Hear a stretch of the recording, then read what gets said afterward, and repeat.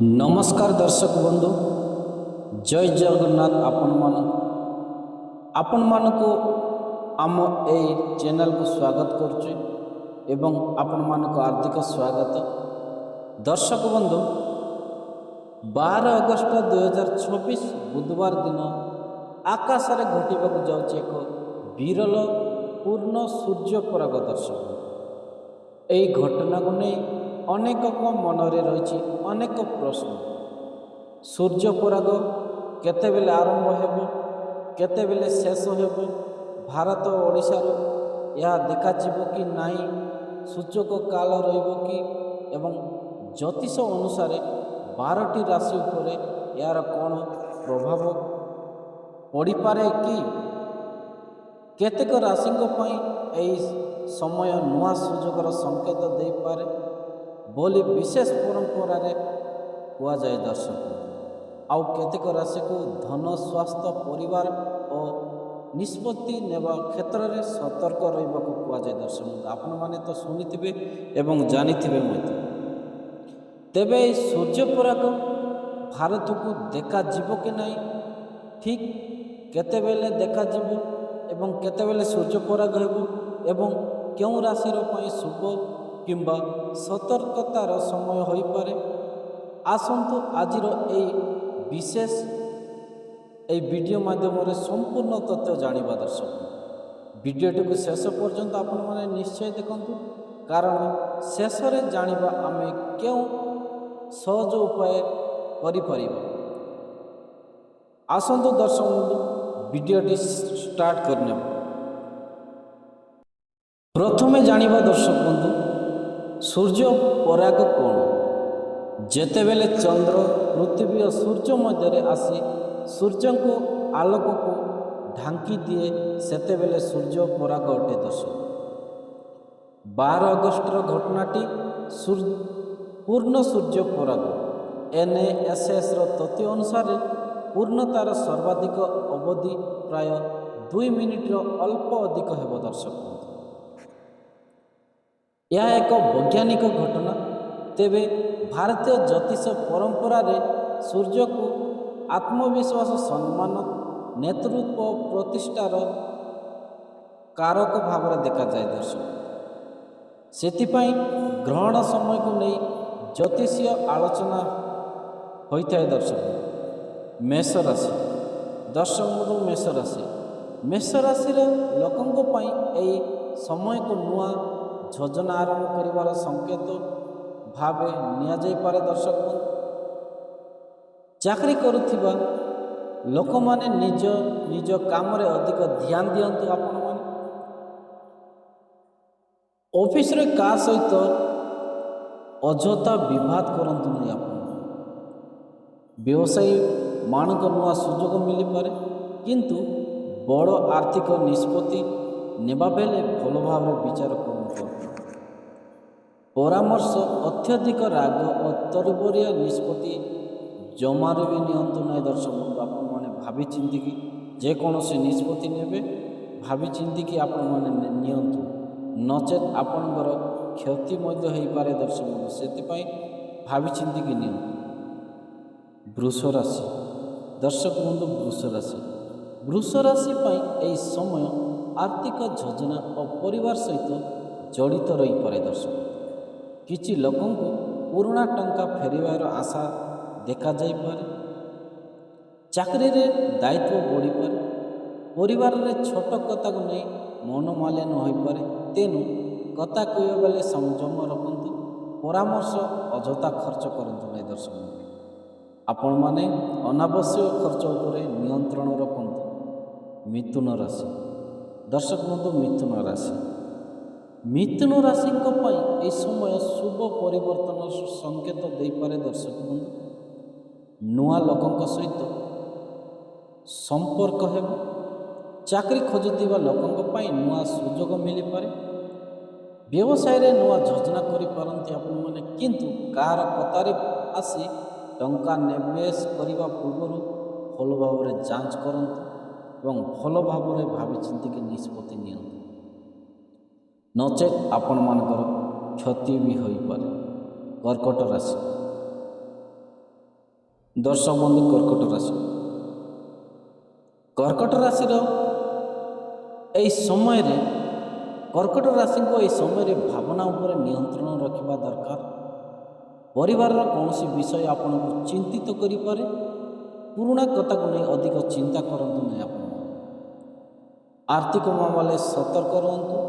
ବିଶେଷ କରି କାହାର ବଡ଼ ରାଶି ଟଙ୍କା ଧାର ନେବା ପୂର୍ବରୁ ଭଲ ଭାବରେ ଭାବନ୍ତୁ, ତାପରେ ନିଅନ୍ତୁ। ସିଂହ ରାଶି। ଦର୍ଶକ ବନ୍ଧୁ, ସିଂହ ରାଶିଙ୍କ ପାଇଁ ସୂର୍ଯ୍ୟଙ୍କ ସହିତ ଜ୍ୟୋତିଷୀୟ ସମ୍ପର୍କ ହେତୁ ଏହି ପରାଗକୁ ନେଇ ବିଶେଷ ଆଗ୍ରହ ରହିପାରେ। କ୍ୟାରିୟରରେ ନିଜ ପରିଚୟ ତିଆରି କରିବା ସୁଯୋଗ ମିଳିପାରେ, କିନ୍ତୁ ଅହଙ୍କାର ଅତ୍ୟଧିକ ଆତ୍ମବିଶ୍ୱାସ ଦୂରେଇ ରୁହନ୍ତୁ। ନଚେତ୍ ଆପଣଙ୍କର ଏହି ଅହଙ୍କାର ଅତ୍ୟଧିକ ଆତ୍ମବିଶ୍ୱାସରୁ ଆପଣମାନଙ୍କର କ୍ଷତି ହୋଇପାରେ।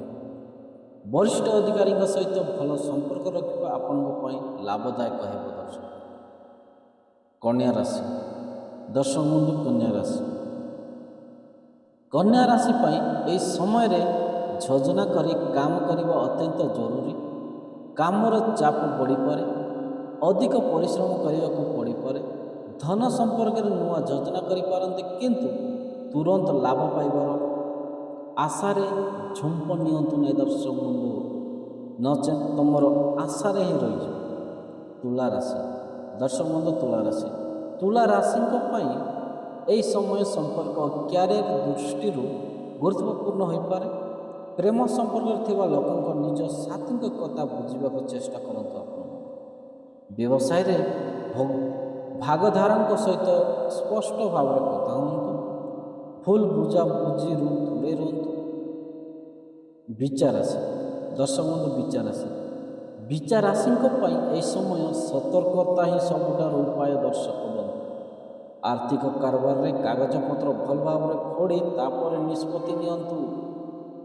କାହା ସହିତ ବିବାଦ ହେଲେ ରାଗରେ କଥା କୁହନ୍ତୁ ନାହିଁ। ଶାନ୍ତ ରହିଲେ ଅନେକ ସମସ୍ୟା ଦୂର ହୋଇପାରେ ଆପଣମାନଙ୍କର। ଧନୁ ରାଶିଙ୍କ ପାଇଁ ଏହି ସମୟ ନୂଆ ସୁଯୋଗ ଆଣିପାରେ। ଦୂର ସ୍ଥାନ ସହିତ ଜଡ଼ିତ କୌଣସି କାମ କିମ୍ବା ଯାତ୍ରା ସୁଯୋଗ ମିଳିପାରେ।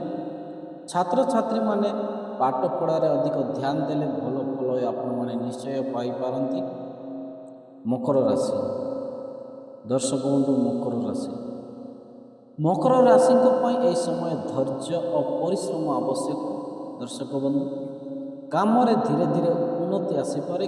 କେଉଁ କାମ ଦୀର୍ଘ ଦିନ ଧରି ଅଟକି ରହିଛି ତାକୁ ପୁଣି ଆରମ୍ଭ କରିବାକୁ ସୁଯୋଗ ମିଳିପାରେ ଆପଣମାନେ।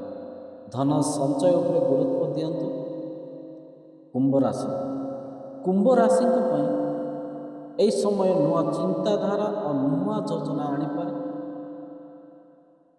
କାର୍ଯ୍ୟକ୍ଷେତ୍ରରେ ନିଜର ଦକ୍ଷତା ଦେଖାଇବାର ସୁଯୋଗ ମିଳିପାରେ। ତେବେ ଅନ୍ୟମାନଙ୍କ ସହିତ ତୁଳନା କରି ନିଜକୁ ଚାପରେ ରଖନ୍ତୁ ନାହିଁ। ଆପଣମାନେ ମହାଦେବଙ୍କ ପୂଜା ଅର୍ଚ୍ଚନା କରନ୍ତୁ। ଆପଣମାନଙ୍କର ମନସ୍କାମନା ନିଶ୍ଚୟ ପୂରଣ ହେବ। ମୀନ ରାଶି। ଦର୍ଶକ ବନ୍ଧୁ, ମୀନ ରାଶିଙ୍କ ପାଇଁ ଏହି ସମୟ ମାନସିକ ଶାନ୍ତି ଓ ଆତ୍ମବିଶ୍ୱାସ ଉପରେ ଧ୍ୟାନ ଦେବା ଦରକାର। ପରିବାରର ସମର୍ଥନ ମିଳିପାରେ। ପୁରୁଣା କୌଣସି କାମକୁ ନେଇ ଭଲ ଖବର ମିଳିପାରେ। ଖର୍ଚ୍ଚ କରିବା ପୂର୍ବରୁ ଆୟ ଆବଶ୍ୟକତା ଧ୍ୟାନ ରଖନ୍ତୁ।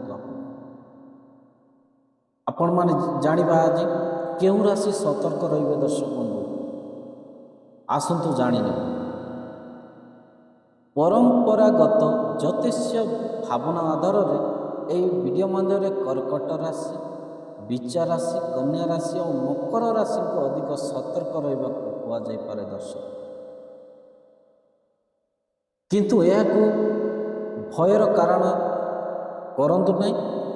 ରାଶିଫଳ ଏକ ସାଧାରଣ ଜ୍ୟୋତିଷ ବ୍ୟକ୍ତିଗତ ଆତ୍ମକୁଣ୍ଡଳୀ ଅନୁସାରେ ଫଳ ବିଘ୍ନ ହୋଇପାରେ। ଦର୍ଶକ, କେଉଁ ରାଶି ପାଇଁ ଶୁଭ ସଂକେତ?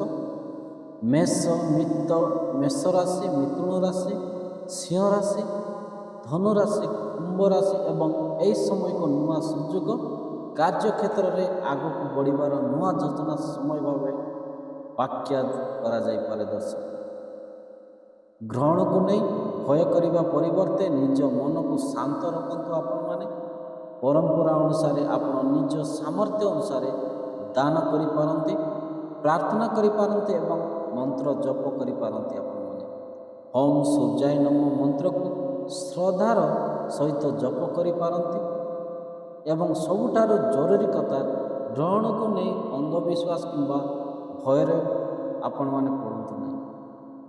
ତେବେ ଦର୍ଶକ ବନ୍ଧୁ, 12 ଅଗଷ୍ଟ 2026 ବୁଧବାର ସୂର୍ଯ୍ୟ ପରାଗ ନିଶ୍ଚିତ ଭାବରେ ଏକ ବିରଳ ଆକାଶୀୟ ଘଟଣା। ଦର୍ଶକ ବନ୍ଧୁ, ବୈଜ୍ଞାନିକ ଭାବରେ ଏହା ଚନ୍ଦ୍ର, ପୃଥିବୀ ଓ ସୂର୍ଯ୍ୟର ବିଶେଷ ସମନ୍ୱିତ ଫଳ ଭାବରେ ଏକା ଦୃଶ୍ୟମାନ ହେବ ନାହିଁ। ଜ୍ୟୋତିଷ ଭାବରେ କେତେକ ରାଶି ପାଇଁ ଏହାକୁ ସୁଯୋଗର ସମୟ ଏବଂ କେତେକ ରାଶିଙ୍କ ପାଇଁ ସତର୍କତା ସମୟ ବ୍ୟାଖ୍ୟା କରାଯାଏ। ଆପଣଙ୍କ ରାଶି କେଉଁଠି କମେଣ୍ଟ ମାଧ୍ୟମରେ, ଆପଣଙ୍କ ରାଶି କ'ଣ କମେଣ୍ଟ ମାଧ୍ୟମରେ ନିଶ୍ଚୟ ଲେଖନ୍ତୁ ଦର୍ଶକ ବନ୍ଧୁ। ଏବଂ ଭିଡ଼ିଓଟି ଭଲ ଲାଗିଲେ ଲାଇକ୍, ସେୟାର ଏବଂ ଏହିଭଳି ରାଶିଫଳ ଜ୍ୟୋତିଷ ଭିଡ଼ିଓ ପାଇଁ ଚ୍ୟାନେଲକୁ ସବସ୍କ୍ରାଇବ୍ କରନ୍ତୁ। ଆଉ ଆପଣମାନେ କମେଣ୍ଟ ମାଧ୍ୟମରେ ନିଶ୍ଚୟ ଜଣାନ୍ତୁ। ଜୟ ସୂର୍ଯ୍ୟଦେବ ସମସ୍ତଙ୍କୁ, ଜୟ ଜଗନ୍ନାଥ। ଦର୍ଶକ ରହିଲି, ନମସ୍କାର।